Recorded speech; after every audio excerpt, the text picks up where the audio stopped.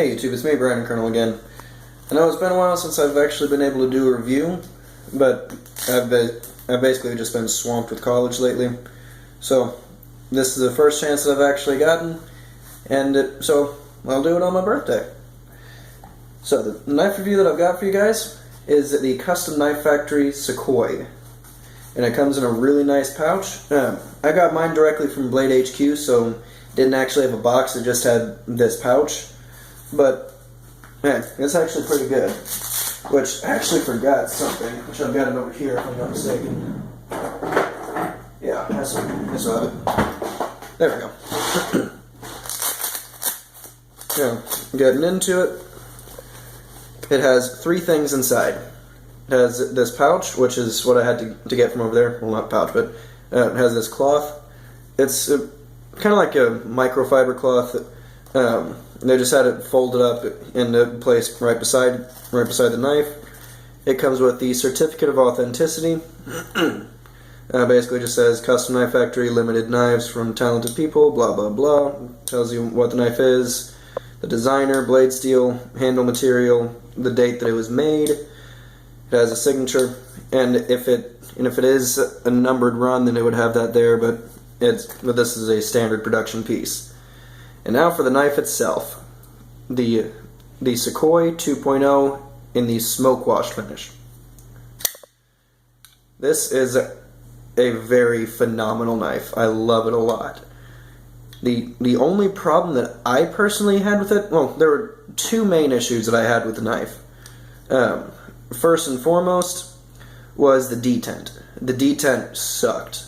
I could actually just push it out like that fairly easily, which right now it's just more because of the angle that I've got it on. But I could actually go up here and push it out incredibly easily, which literally just by doing that, which right now I've got to put dedicated effort into it. And even then it's not always coming out. Which, as you can probably tell by now, I did a little bit of fiddling with it, and I kind of fixed the detent problem. Because now I can't just flick it out by doing that. Before, that was all that it would take, and it would come flying right out.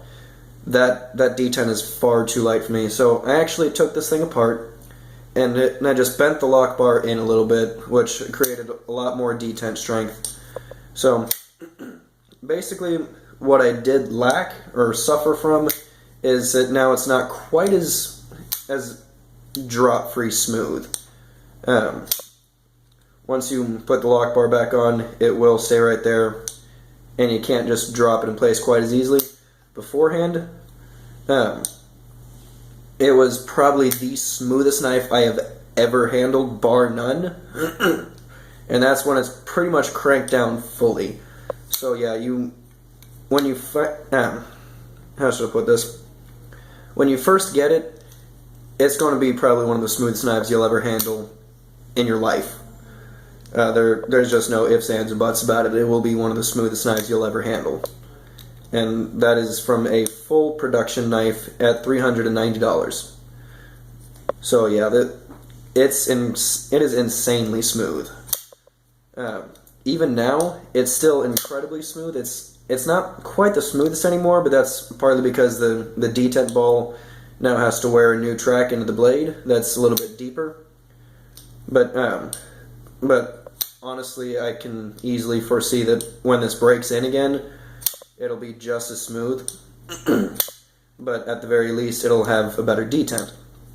The only other problem I have is the fact that my hands are a little bit smaller.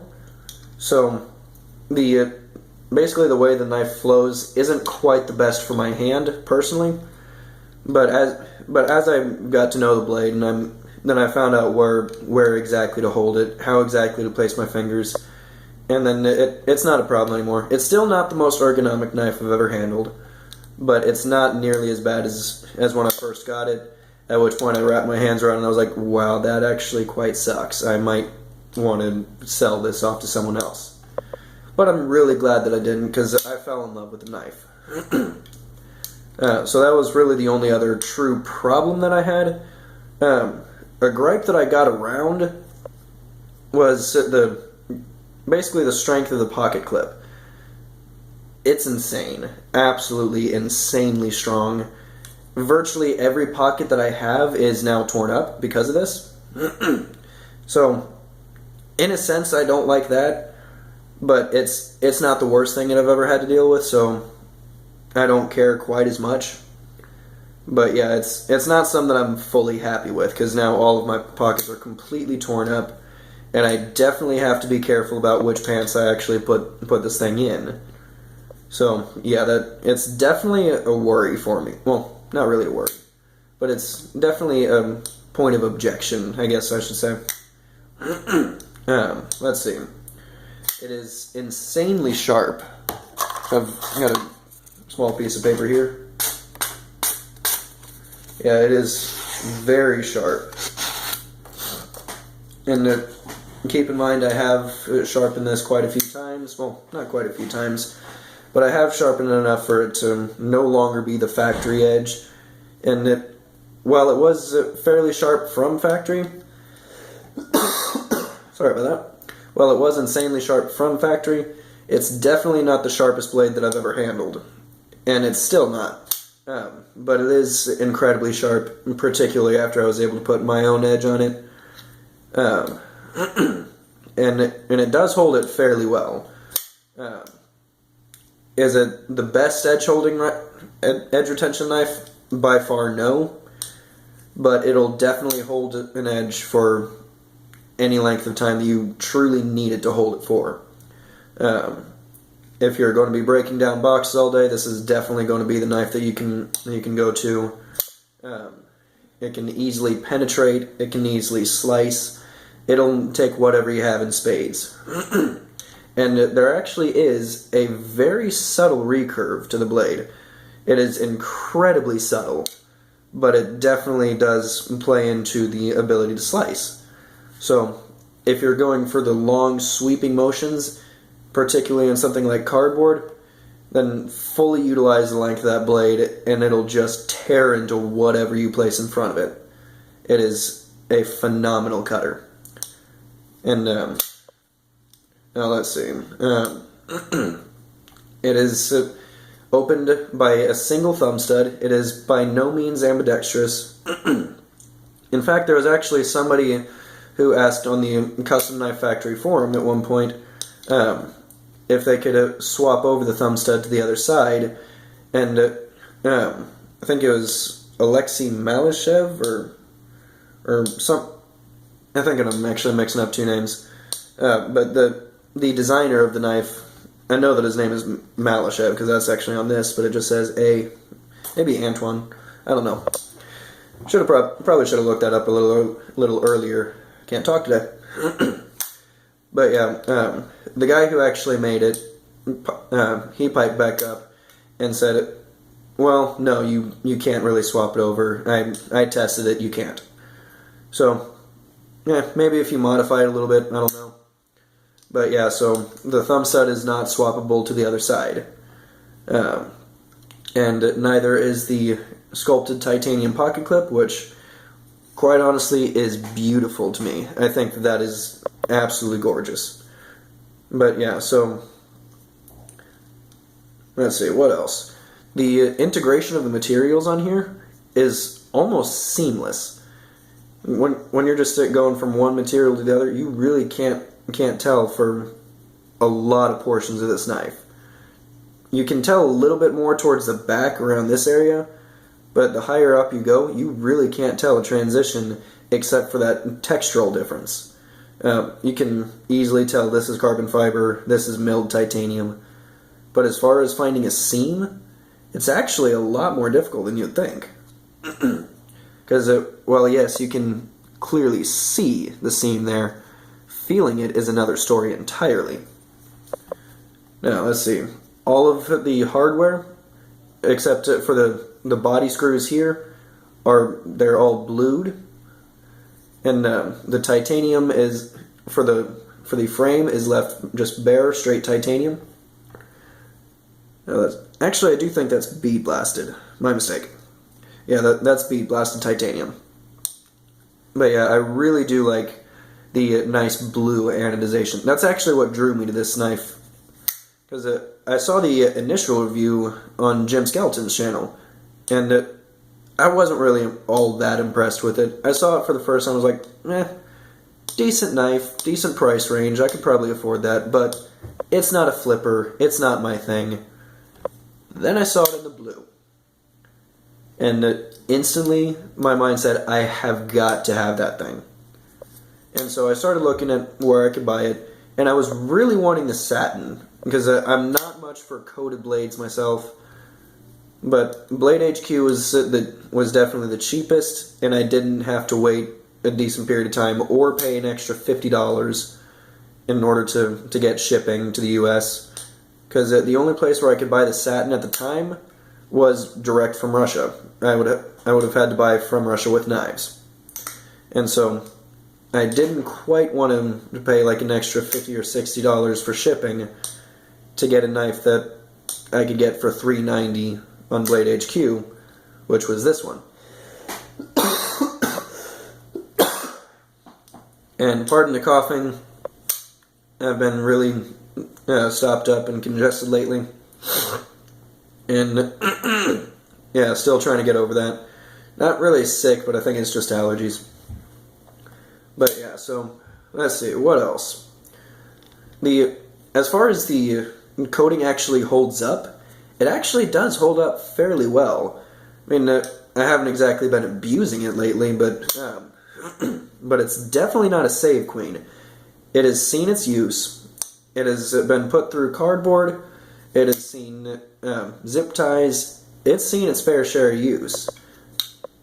And it's actually taken it in strides. You really can't see any scratch marks on the blade at all. And so yeah, that finish is really holding up quite nicely.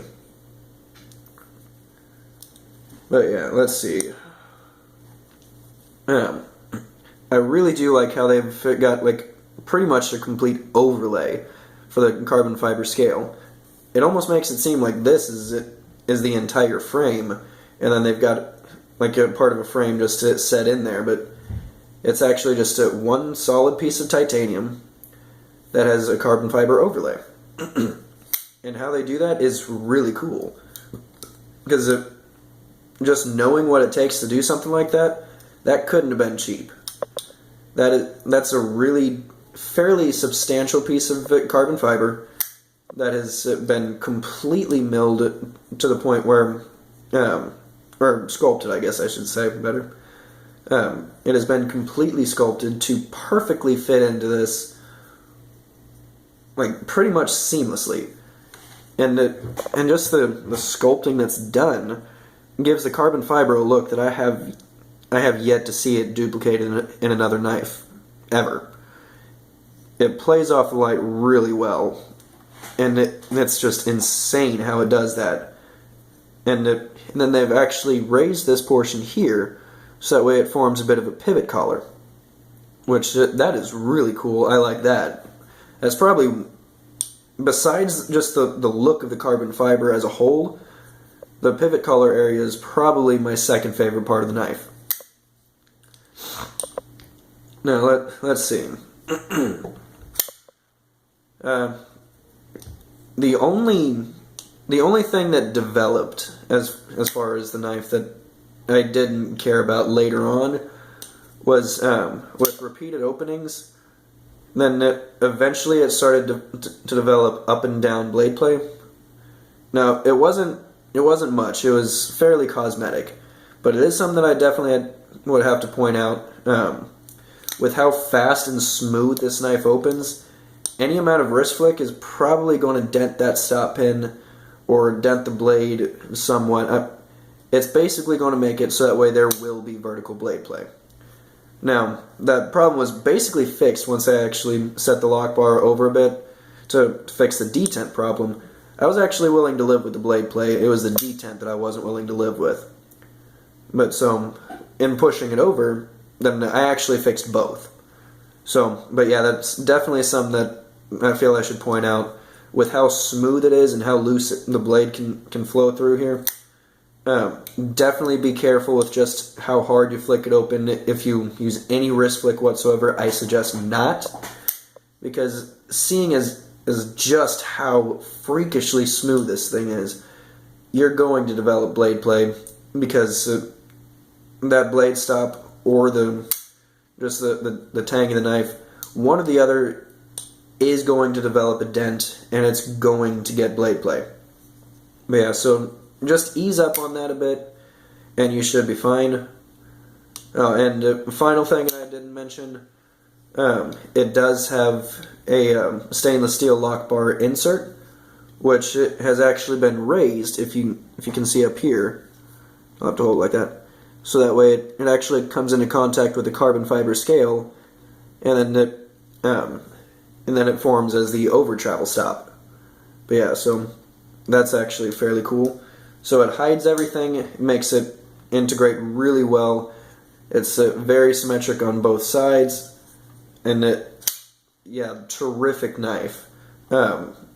Which if I had actually waited just a little bit longer, Blade HQ is now selling these satin versions, but these, I'm not really seeing them anywhere else right now, which I didn't put too much look into it. But yeah, Blade HQ is currently out of stock on the black wash versions, and they are currently selling the satin. So you may have to shop around to find the black wash if that's what you're looking for. But yeah, Blade HQ is currently selling the satin for the same price at about $3.90. So, but yeah, definitely hop on one of these things, because seriously, terrific knife, great value. I don't think there's a company in America today that could actually give you this level of quality for $390. I just don't see it. There is too much quality going into this thing in order for you to find it in America for that price. But yeah, so definitely give these guys a chance, and particularly this knife. So, as always, YouTube, stay safe.